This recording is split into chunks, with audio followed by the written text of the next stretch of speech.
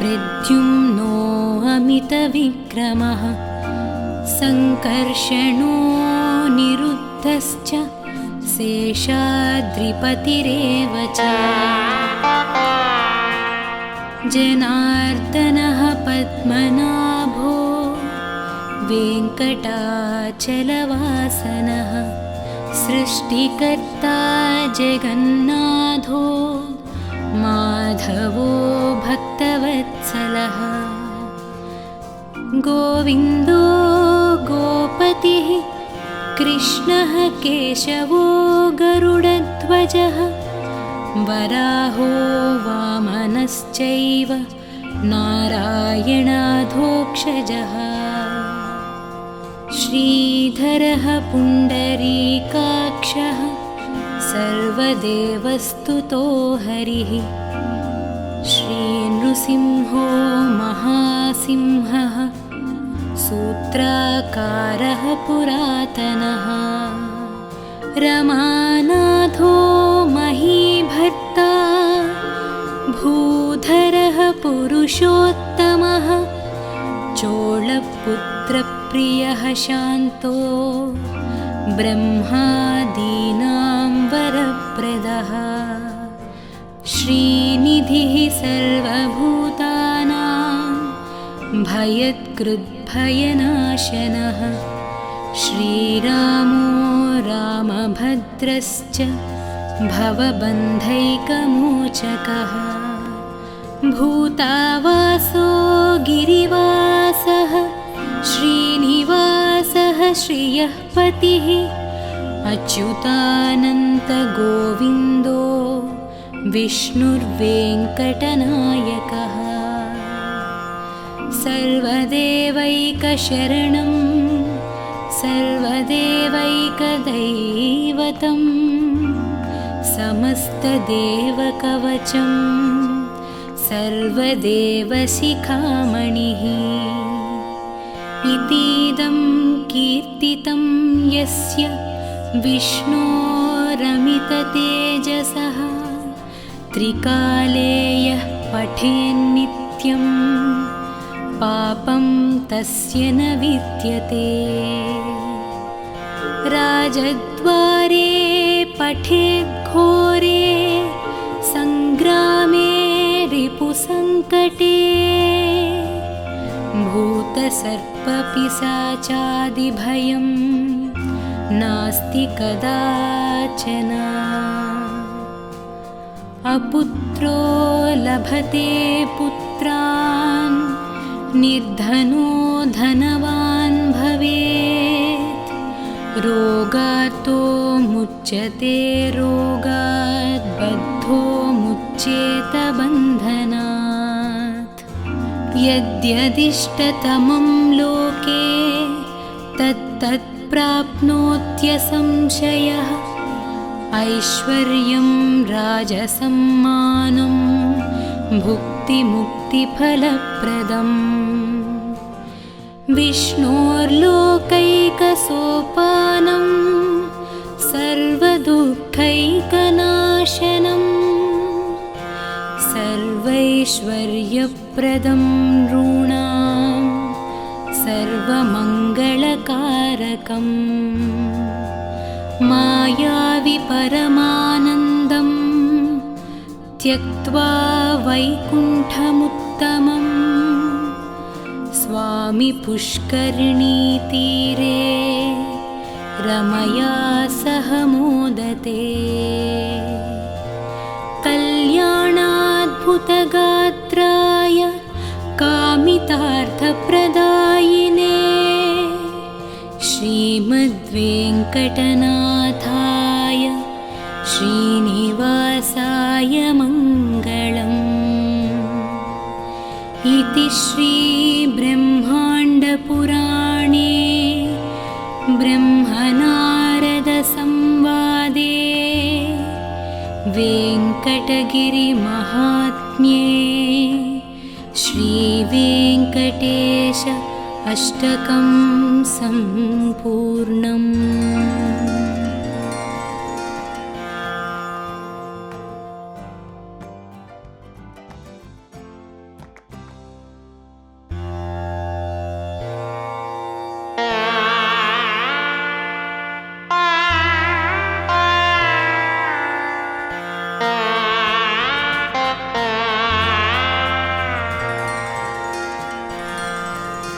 वेङ्कटेशो वासुदेवः प्रद्युम्नो अमितविक्रमः सङ्कर्षणो निरुद्धश्च शेषाद्रिपतिरेव च जनार्दनः पद्मनाभो वेङ्कटाचलवासनः सृष्टिकर्ता जगन्नाथो माधवो भक्तवत्सलः गोविन्दो गोपतिः कृष्णः केशवो गरुडध्वजः वराहो वामनश्चैव नारायणाधोक्षजः श्रीधरः पुण्डरीकाक्षः सर्वदेवस्तुतो हरिः श्रीनृसिंहो महासिंहः सूत्राकारः पुरातनः रमानाथो महीभर्ता भूधरः पुरुषोत्तमः चोळपुत्रप्रियः शान्तो ब्रह्मादीनां वरप्रदः श्रीनिधिः सर्वभूतानां भयत्कृद्भयनाशनः श्रीरामो रामभद्रश्च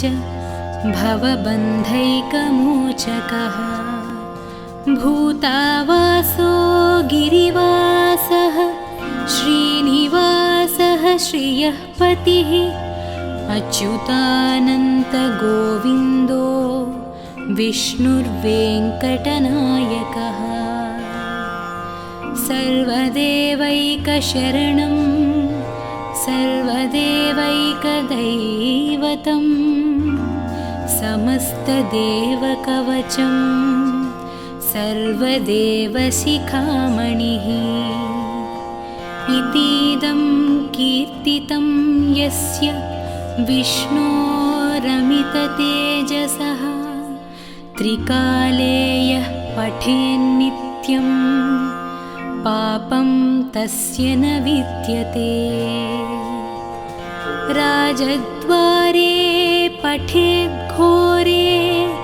सङ्ग्रामे रिपुसङ्कटे भूतसर्पपिशाचादिभयं नास्ति कदाचन अपुत्रो लभते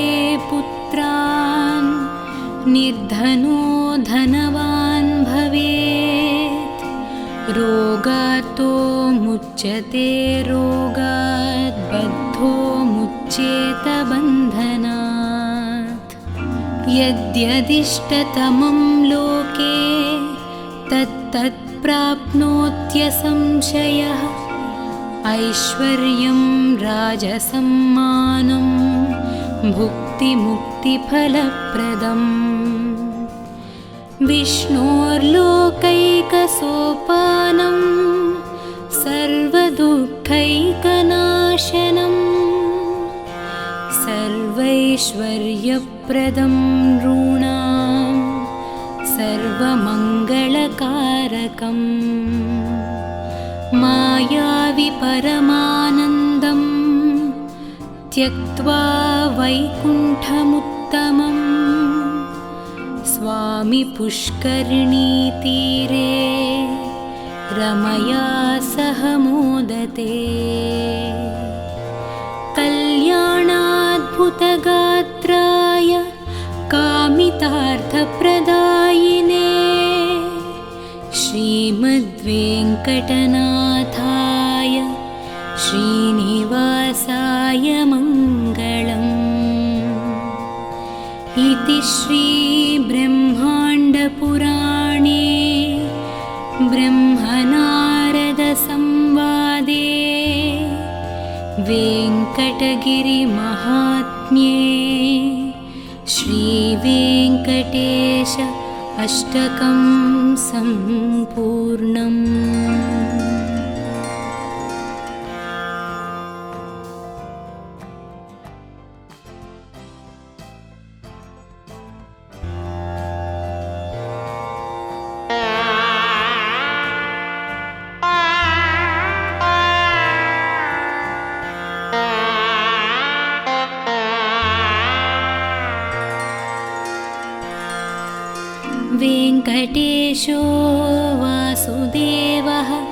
प्रद्युम्नो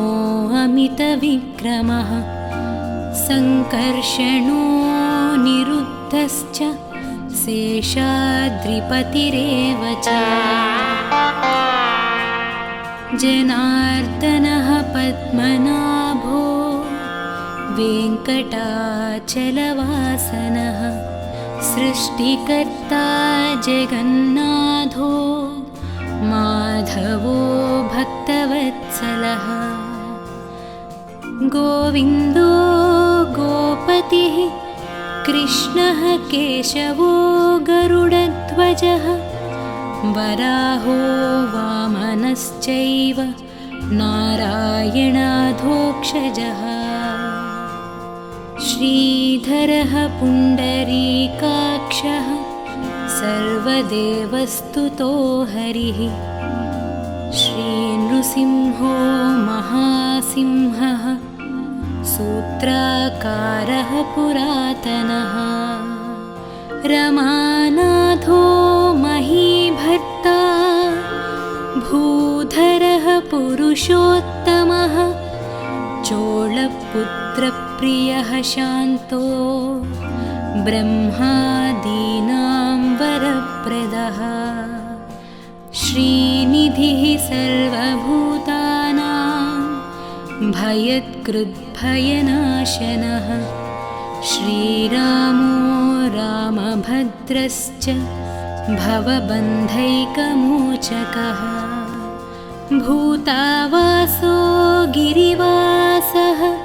श्रीनिवासः श्रियः पतिः अच्युतानन्तगोविन्दो विष्णुर्वेङ्कटनायकः सर्वदेवैकशरणं सर्वदेवैकदैवतं समस्तदेवकवचं सर्वदेवशिखामणिः इतीदं कीर्तितं यस्य विष्णोरमिततेजसः त्रिकाले यः पठेन्नित्यं पापं तस्य न विद्यते राजद्वारे पठेद्घोरे सङ्ग्रामे रिपुसङ्कटे भूतसर्पपिशाचादिभयं नास्ति कदाचन अपुत्रो लभते पुत्रान् निर्धनो धनवान् भवेत् रोगातो मुच्यते रोगात् बद्धो मुच्येत बन्धनात् यद्यदिष्टतमं लोके तत्तत् प्राप्नोत्यसंशयः ऐश्वर्यं राजसम्मानं भुक्तिमुक्तिफलप्रदम् विष्णोर्लोकैकसोपानं सर्वदुःखैकनाशनं सर्वैश्वर्यप्रदं नॄणां सर्वमङ्गलकारकम् मायावि परमानन्दं त्यक्त्वा वैकुण्ठमुत्तमम् स्वामी पुष्करिणीतीरे रमया सह मोदते कल्याणाद्भुतगात्राय कामितार्थप्रदायिने श्रीमद्वेङ्कटनाथाय श्रीनिवासाय मङ्गलम् इति श्रीब्रह्माण्डपुराणे ब्रह्मनारदसंवादे वेङ्कटगिरिमहात्म्ये श्रीवेङ्कटेश अष्टकं सम्पूर्णम्।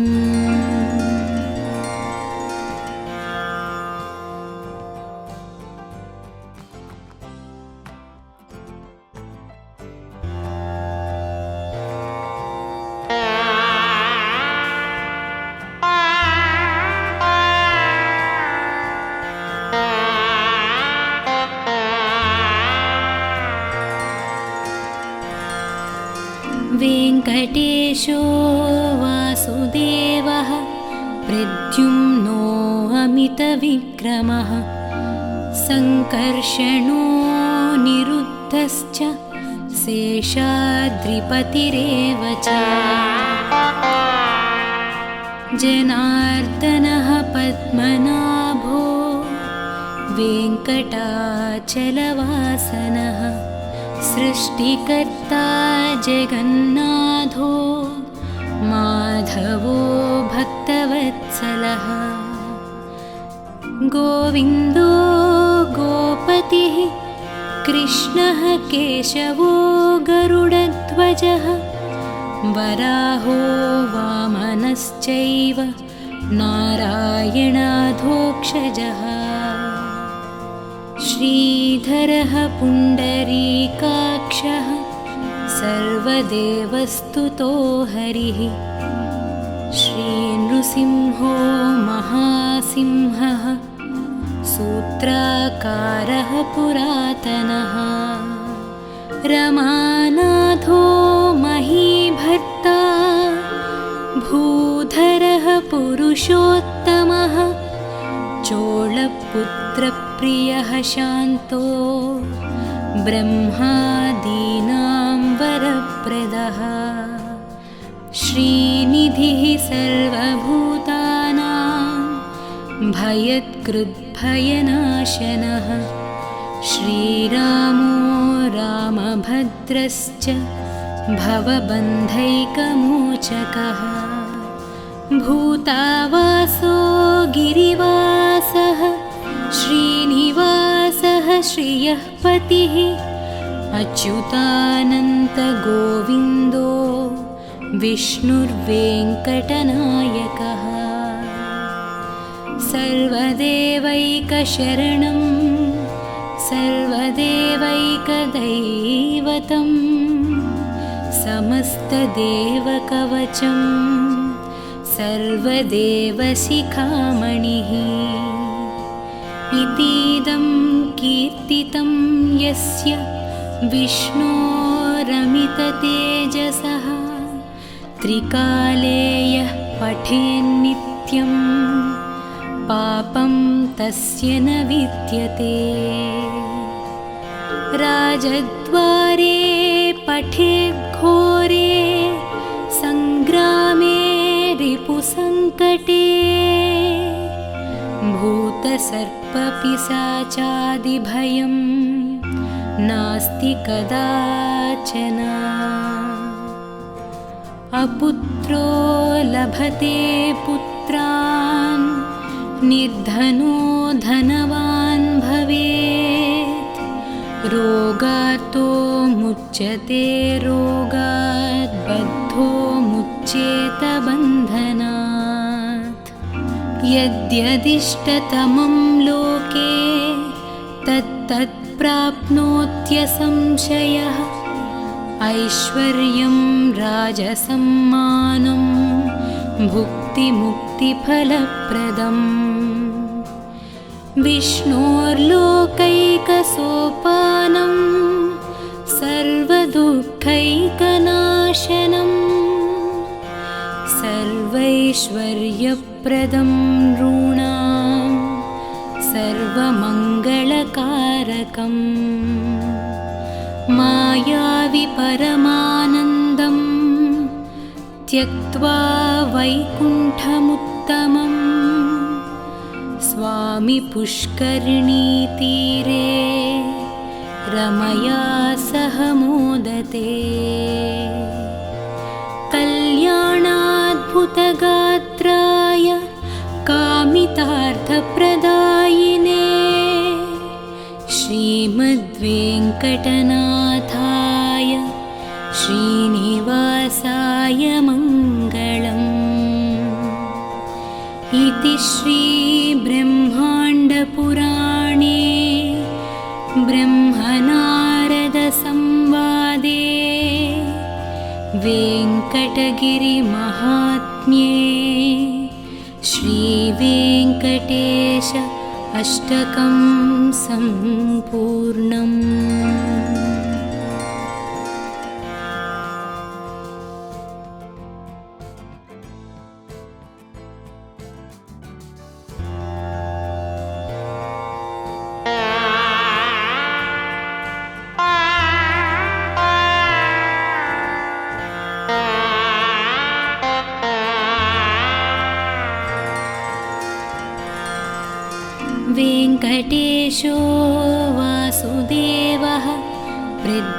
नो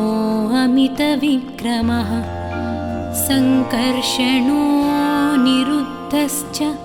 शेषाद्रिपतिरेव च जनार्दनः पद्मनाभो वेङ्कटाचलवासनः सृष्टिकर्ता जगन्नाथो माधवो भक्तवत्सलः गोविन्दो गोपतिः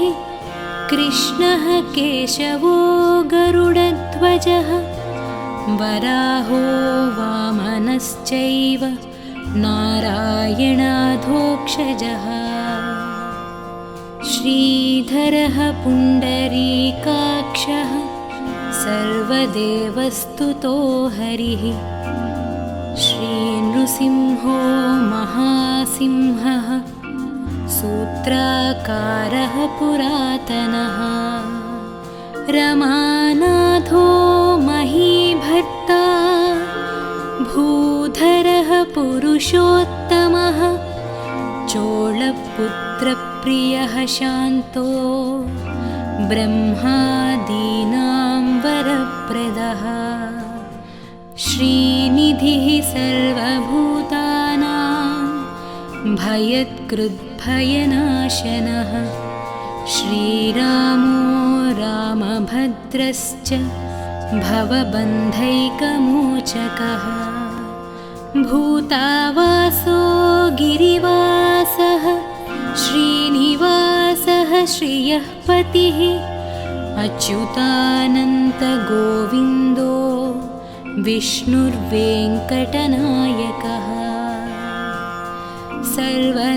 सर्वदेवैकशरणं सर्वदेवैकदैवतं समस्तदेवकवचं सर्वदेवशिखामणिः इतीदं कीर्तितं यस्य विष्णोरमिततेजसः त्रिकाले यः पठेन्नित्यं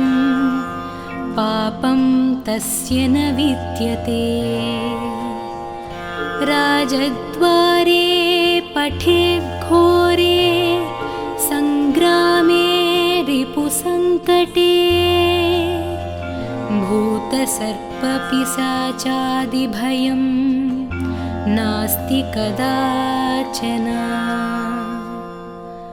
अपुत्रो लभते पुत्रान् निर्धनो धनवान् भवेत् रोगातो मुच्यते रोगात् बद्धो मुच्येत बन्धनात् यद्यदिष्टतमं लोके तत्तत् प्राप्नोत्यसंशयः ऐश्वर्यं राजसम्मानं भुक्तिमुक्तिफलप्रदम् विष्णोर्लोकैकसोपानं सर्वदुःखैकनाशनं सर्वैश्वर्यप्रदं नॄणां सर्वमङ्गलकारकम् मायावि परमानन्दं त्यक्त्वा वैकुण्ठमुत्तमम् स्वामि पुष्करिणीतीरे रमया सह मोदते कल्याणाद्भुतगात्राय कामितार्थप्रदायिने श्रीमद्वेङ्कटनाथाय श्रीनिवासाय मङ्गलम् इति श्रीब्रह्माण्डपुराणे ब्रह्मनारदसंवादे वेङ्कटगिरिमहात्म्ये श्रीवेङ्कटेश अष्टकं सम्पूर्णम्।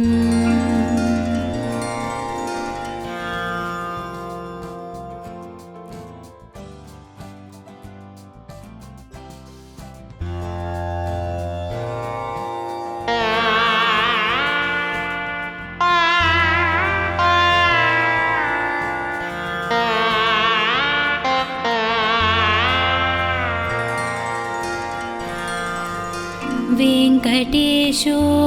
वासुदेवः प्रद्युम्नो अमितविक्रमः सङ्कर्षणो निरुद्धश्च शेषाद्रिपतिरेव च जनार्दनः पद्मनाभो वेङ्कटाचलवासनः सृष्टिकर्ता जगन्नाथो माधवो भक्तवत्सलः गोविन्दो गोपतिः कृष्णः केशवो गरुडध्वजः वराहो वामनश्चैव नारायणाधोक्षजः श्रीधरः पुण्डरीकाक्षः सर्वदेवस्तुतो हरिः श्रीनृसिंहो महासिंहः सूत्राकारः पुरातनः रमानाथो महीभर्ता भूधरः पुरुषोत्तमः चोळपुत्रप्रियः शान्तो ब्रह्मादीनां वरप्रदः श्रीनिधिः सर्वभूतानां भयत्कृद्भयनाशनः श्रीरामो रामभद्रश्च भवबन्धैकमोचकः भूतावासो गिरिवासः श्रीनिवासः श्रियः पतिः अच्युतानन्तगोविन्दो विष्णुर्वेङ्कटनायकः सर्वदेवैकशरणं सर्वदेवैकदैवतं समस्तदेवकवचं सर्वदेवशिखामणिः इतीदं कीर्तितं यस्य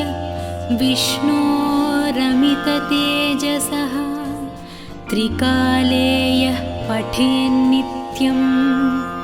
पापं तस्य न विद्यते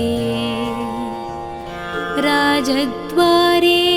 पठेद्घोरे सङ्ग्रामे रिपुसङ्कटे भूतसर्पपिशाचादिभयं नास्ति कदाचन अपुत्रो लभते पुत्रान् निर्धनो धनवान् भवेत् रोगार्तो मुच्यते रोगात् बद्धो मुच्येत बन्धनात्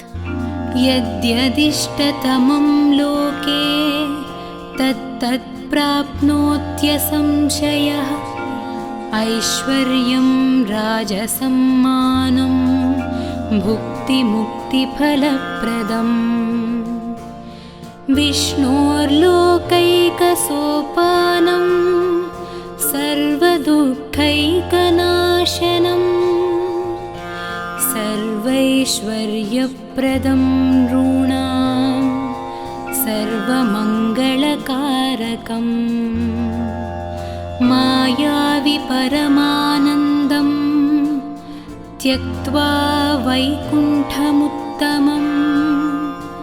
स्वामि पुष्करिणीतीरे रमया सह मोदते कल्याणाद्भुतगात्राय कामितार्थप्रदायिने श्रीमद्वेङ्कटनाथाय श्रीनिवासाय मङ्गलम् इति श्रीब्रह्माण्डपुराणे ब्रह्मनारदसंवादे वेङ्कटगिरिमहात्म्ये श्रीवेङ्कटेश अष्टकं सम्पूर्णम्।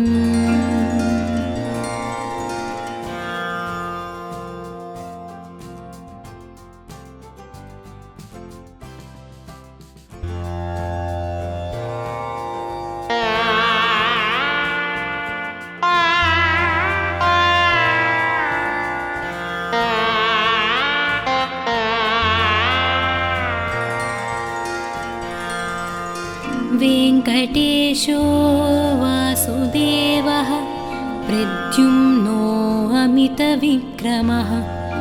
सङ्कर्षणो निरुद्धश्च शेषाद्रिपतिरेव च जनार्दनः पद्मनाभो वेङ्कटाचलवासनः सृष्टिकर्ता जगन्नाथो माधवो भक्तवत्सलः गोविन्दो गोपतिः कृष्णः केशवो गरुडध्वजः वराहो वामनश्चैव नारायणाधोक्षजः श्रीधरः पुण्डरीकाक्षः सर्वदेवस्तुतो हरिः श्रीनृसिंहो महासिंहः सूत्राकारः पुरातनः रमानाथो महीभर्ता भूधरः पुरुषोत्तमः चोळपुत्रप्रियः शान्तो ब्रह्मादीनां वरप्रदः श्रीनिधिः सर्वभूतानां भयत्कृद्भयनाशनः श्रीरामो रामभद्रश्च भवबन्धैकमोचकः भूतावासो गिरिवासः श्रीनिवासः श्रियः पतिः अच्युतानन्तगोविन्दो विष्णुर्वेङ्कटनायकः सर्वदेवैकशरणं सर्वदेवैकदैवतं समस्तदेवकवचं सर्वदेवशिखामणिः इतीदं कीर्तितं यस्य विष्णोरमिततेजसः त्रिकाले यः पठेन्नित्यं पापं तस्य न विद्यते राजद्वारे पठेद्घोरे सङ्ग्रामे रिपुसङ्कटे भूतसर्पपिशाचादिभयं नास्ति कदाचन अपुत्रो लभते पुत्रान् निर्धनो धनवान् भवेत् रोगार्तो मुच्यते रोगात् बद्धो मुच्येत बन्धनात् यद्यदिष्टतमं लोके तत्तत् प्राप्नोत्यसंशयः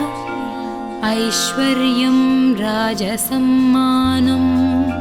भुक्तिमुक्तिफलप्रदम् विष्णोर्लोकैकसोपानं सर्वदुःखैकनाशनं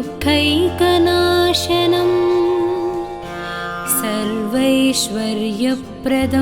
नॄणां सर्वमङ्गलकारकम् मायावि परमानन्दं त्यक्त्वा वैकुण्ठमुत्तमं स्वामि पुष्करिणीतीरे रमया सह मोदते कल्याणाद्भुतगात्राय कामितार्थप्रदायिने श्रीमद्वेङ्कटनाथाय श्रीनिवासाय मङ्गलम् इति श्रीब्रह्माण्डपुराणे ब्रह्मनारदसंवादे वेङ्कटगिरिमहात्म्ये श्रीवेङ्कटेश अष्टकं सम्पूर्णम्।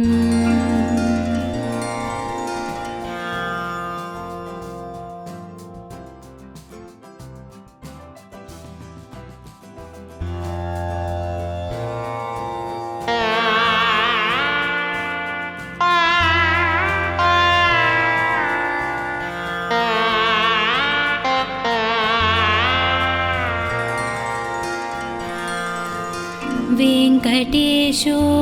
वासुदेवः प्रद्युम्नो अमितविक्रमः सङ्कर्षणो निरुद्धश्च शेषाद्रिपतिरेव च जनार्दनः पद्मनाभो वेङ्कटाचलवासनः सृष्टिकर्ता जगन्नाथो माधवो भक्तवत्सलः गोविन्दो गोपतिः कृष्णः केशवो गरुडध्वजः वराहो वामनश्चैव नारायणाधोक्षजः श्रीधरः पुण्डरीकाक्षः सर्वदेवस्तुतो हरिः श्रीनृसिंहो महासिंहः सूत्राकारः पुरातनः रमानाथो महीभर्ता भूधरः पुरुषोत्तमः चोळपुत्रप्रियः शान्तो ब्रह्मादीनां वरप्रदः श्रीनिधिः सर्वभूतानां भयत्कृद्भयनाशनः श्रीरामो रामभद्रश्च भवबन्धैकमोचकः भूतावासो गिरिवासः श्रीनिवासः श्रियः पतिः अच्युतानन्तगोविन्दो विष्णुर्वेङ्कटनायकः सर्वदेवैकशरणं सर्वदेवैकदैवतं समस्तदेवकवचं सर्वदेवशिखामणिः इतीदं कीर्तितं यस्य विष्णोरमिततेजसः त्रिकाले यः पठेन्नित्यं पापं तस्य न विद्यते राजद्वारे पठेद्घोरे सङ्ग्रामे रिपुसङ्कटे भूतसर्पपिशाचादिभयं नास्ति कदाचन अपुत्रो लभते पुत्रान् निर्धनो धनवान् भवेत् रोगार्तो मुच्यते रोगात् बद्धो मुच्येत बन्धनात् यद्यदिष्टतमं लोके तत्तत् प्राप्नोत्यसंशयः ऐश्वर्यं राजसम्मानं भुक्तिमुक्तिफलप्रदम् विष्णोर्लोकैकसोपानं सर्वदुःखैकनाशनं सर्वैश्वर्यप्रदं नॄणां सर्वमङ्गलकारकम् मायावि परमानन्दं त्यक्त्वा वैकुण्ठमुत्तमम् स्वामी पुष्करिणीतीरे रमया सह मोदते कल्याणाद्भुतगात्राय कामितार्थप्रदायिने श्रीमद्वेङ्कटनाथाय श्रीनिवासाय मङ्गलम् इति श्रीब्रह्माण्डपुराणे ब्रह्मनारदसंवादे वेङ्कटगिरिमहात्म्ये श्रीवेङ्कटेश अष्टकं सम्पूर्णम्।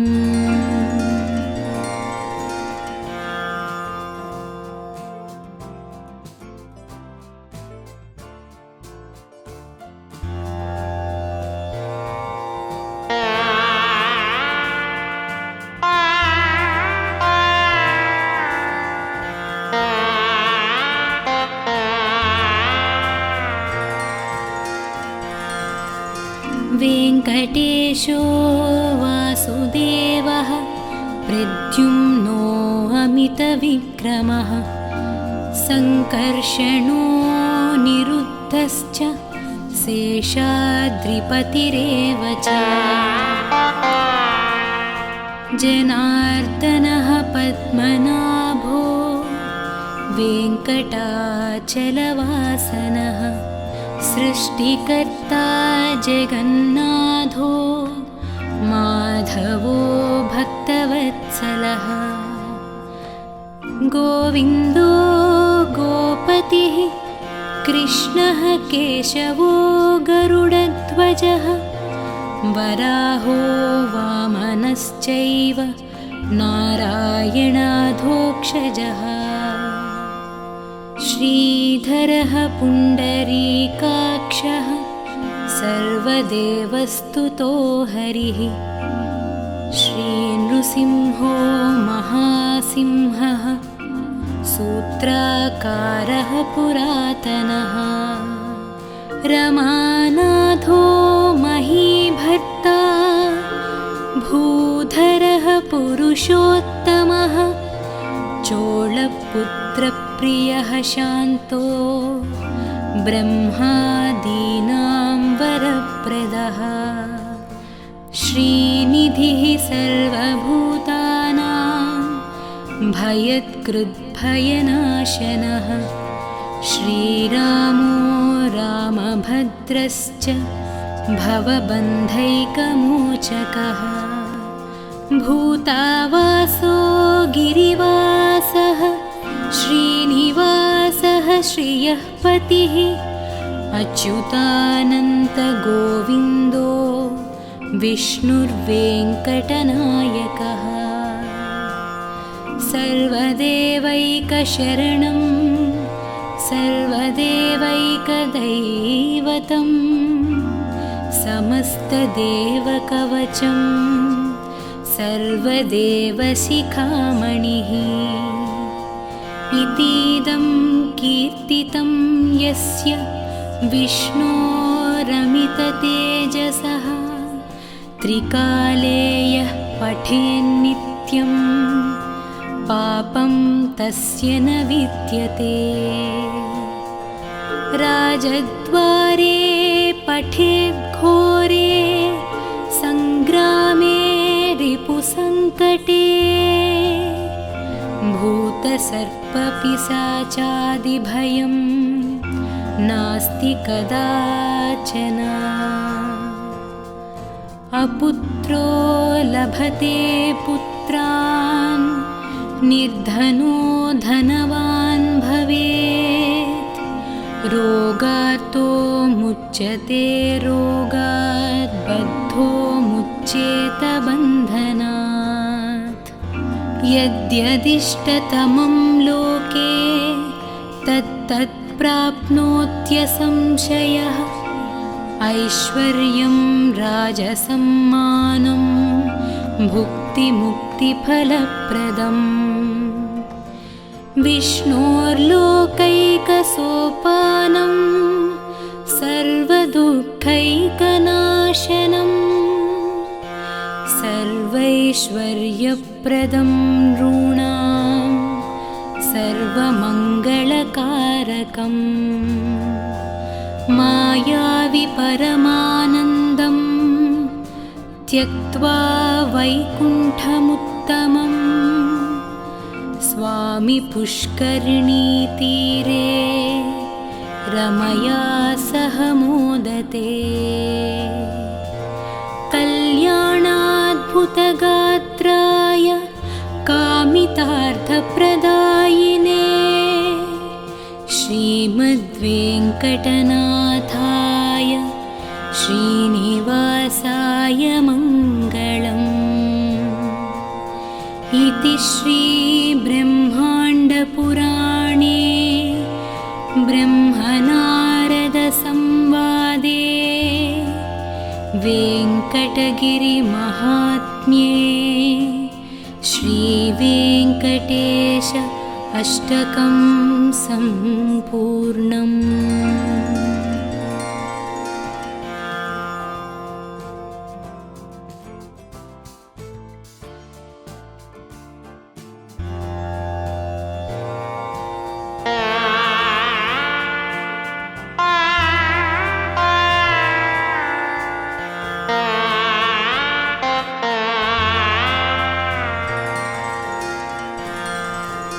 वेङ्कटेशो वासुदेवः प्रद्युम्नो अमितविक्रमः सङ्कर्षणो निरुद्धश्च शेषाद्रिपतिरेव च जनार्दनः पद्मनाभो वेङ्कटाचलवासनः सृष्टिकर्ता जगन्नाथो माधवो भक्तवत्सलः गोविन्दो गोपतिः कृष्णः केशवो गरुडध्वजः वराहो वामनश्चैव नारायणाधोक्षजः श्रीधरः पुण्डरीकाक्षः सर्वदेवस्तुतो हरिः श्रीनृसिंहो महासिंहः सूत्राकारः पुरातनः रमानाथो महीभर्ता भूधरः पुरुषोत्तमः चोळपुत्रप्रियः शान्तो ब्रह्मादीनां वरप्रदः श्रीनिधिः सर्वभूतानां भयत्कृद्भयनाशनः श्रीरामो रामभद्रश्च भवबन्धैकमोचकः भूतावासो गिरिवासः श्रीनिवासः श्रियः पतिः अच्युतानन्तगोविन्दो विष्णुर्वेङ्कटनायकः सर्वदेवैकशरणं सर्वदेवैकदैवतं समस्तदेवकवचं सर्वदेवशिखामणिः इतीदं कीर्तितं यस्य विष्णोरमिततेजसः त्रिकाले यः पठेन्नित्यं पापं तस्य न विद्यते राजद्वारे पठेद्घोरे सङ्ग्रामे रिपुसङ्कटे भूतसर्पपिशाचादिभयं नास्ति कदाचन अपुत्रो लभते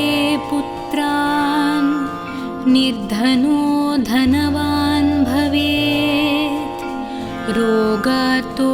मुच्यते रोगात् बद्धो मुच्येत बन्धनात् यद्यदिष्टतमं लोके तत्तत् प्राप्नोत्यसंशयः ऐश्वर्यं राजसम्मानं भुक्तिमुक्तिफलप्रदम् विष्णोर्लोकैकसोपानं सर्वदुःखैकनाशनं सर्वैश्वर्यप्रदं नॄणां सर्वमङ्गलकारकम् मायावि परमानन्दं त्यक्त्वा वैकुण्ठमुत्तमम् स्वामी पुष्करिणीतीरे रमया सह मोदते कल्याणाद्भुतगात्राय कामितार्थप्रदायिने श्रीमद्वेङ्कटनाथाय श्रीनिवासाय मङ्गलम् इति श्रीब्रह्माण्डपुराणे ब्रह्मनारदसंवादे वेङ्कटगिरिमहात्म्ये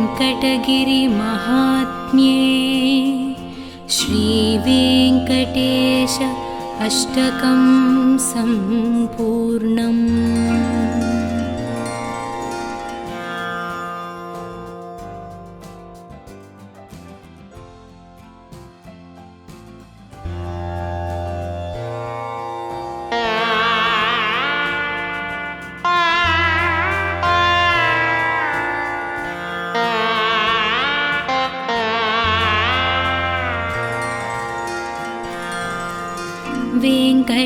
गिरीशो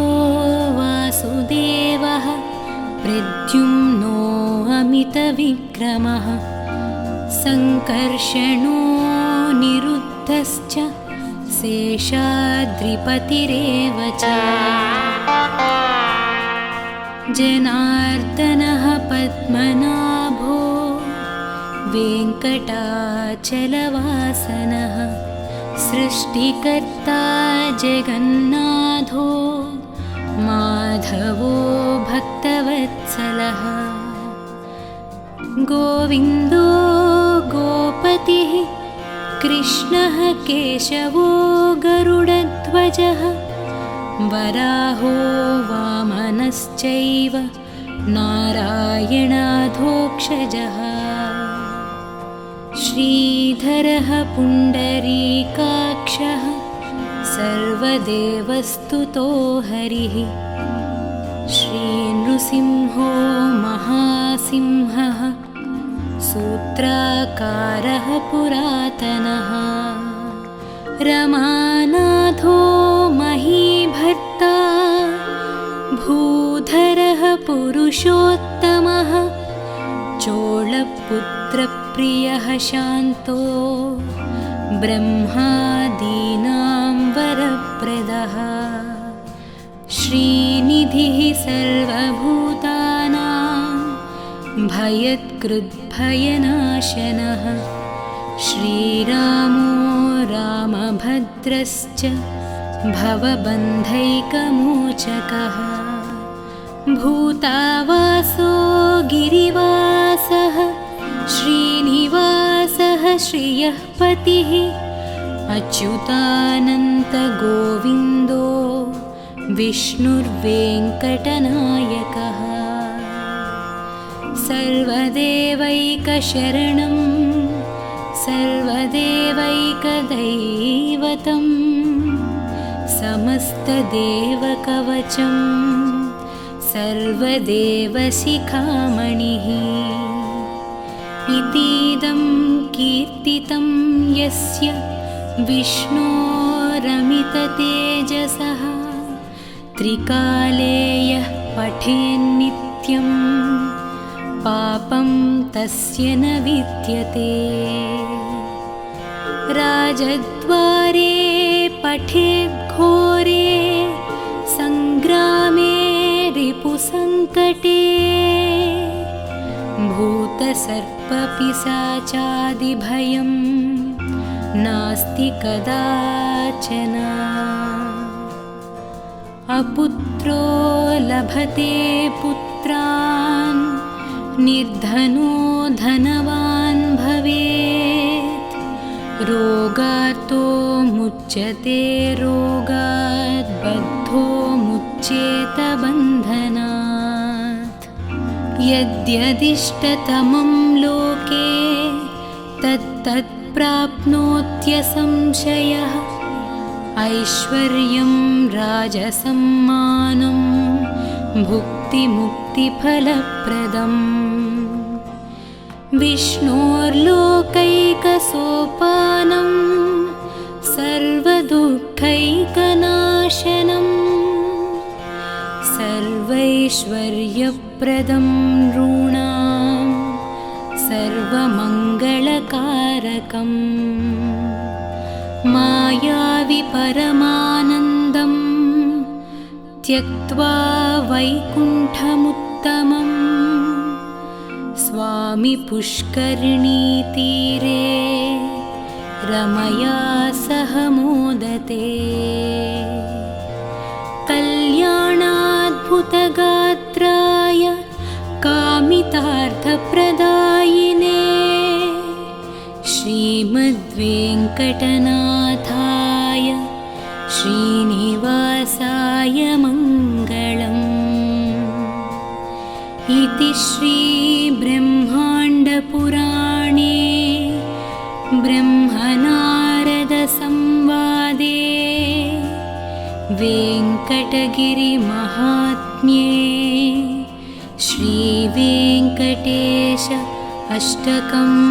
सम्पूर्णम्।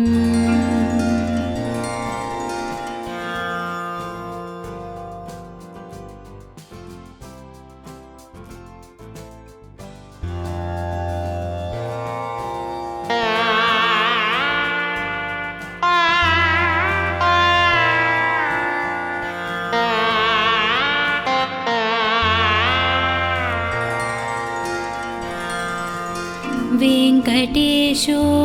वासुदेवः प्रद्युम्नो अमितविक्रमः सङ्कर्षणो निरुद्धश्च शेषाद्रिपतिरेव च जनार्दनः पद्मनाभो वेङ्कटाचलवासनः सृष्टिकर्ता जगन्नाथो माधवो भक्तवत्सलः गोविन्दो गोपतिः कृष्णः केशवो गरुडध्वजः वराहो वामनश्चैव नारायणाधोक्षजः श्रीधरः पुण्डरीकाक्षः सर्वदेवस्तुतो हरिः श्रीनृसिंहो महासिंहः सूत्राकारः पुरातनः रमानाथो महीभर्ता भूधरः पुरुषोत्तमः चोळपुत्रप्रियः शान्तो ब्रह्मादीनां वरप्रदः श्रीनिधिः सर्वभूतानां भयत्कृद्भयनाशनः श्रीरामो रामभद्रश्च भवबन्धैकमोचकः भूतावासो गिरिवासः श्रीनिवासः श्रियः पतिः अच्युतानन्तगोविन्दो विष्णुर्वेङ्कटनायकः सर्वदेवैकशरणं सर्वदेवैकदैवतं समस्तदेवकवचं सर्वदेवशिखामणिः इतीदं कीर्तितं यस्य विष्णोरमिततेजसः त्रिकाले यः पठेन्नित्यं पापं तस्य न विद्यते राजद्वारे पठेद्घोरे सङ्ग्रामे रिपुसङ्कटे भूतसर्पपिशाचादिभयं नास्ति कदाचन अपुत्रो लभते पुत्रान् निर्धनो धनवान् भवेत् रोगार्तो मुच्यते रोगात् बद्धो मुच्येत बन्धनात् यद्यदिष्टतमं लोके तत्तत् प्राप्नोत्यसंशयः ऐश्वर्यं राजसम्मानं भुक्तिमुक्तिफलप्रदम् विष्णोर्लोकैकसोपानं सर्वदुःखैकनाशनं सर्वैश्वर्यप्रदं नॄणां सर्वमङ्गलकारकम् मायावि परमानन्दं त्यक्त्वा वैकुण्ठमुत्तमं स्वामि पुष्करिणीतीरे रमया सह मोदते कल्याणाद्भुतगात्राय कामितार्थप्रदायिने श्रीमद्वेङ्कटनाथाय श्रीनिवासाय मङ्गलम् इति श्रीब्रह्माण्डपुराणे ब्रह्मनारदसंवादे वेङ्कटगिरिमहात्म्ये श्रीवेङ्कटेश अष्टकं सम्पूर्णम्।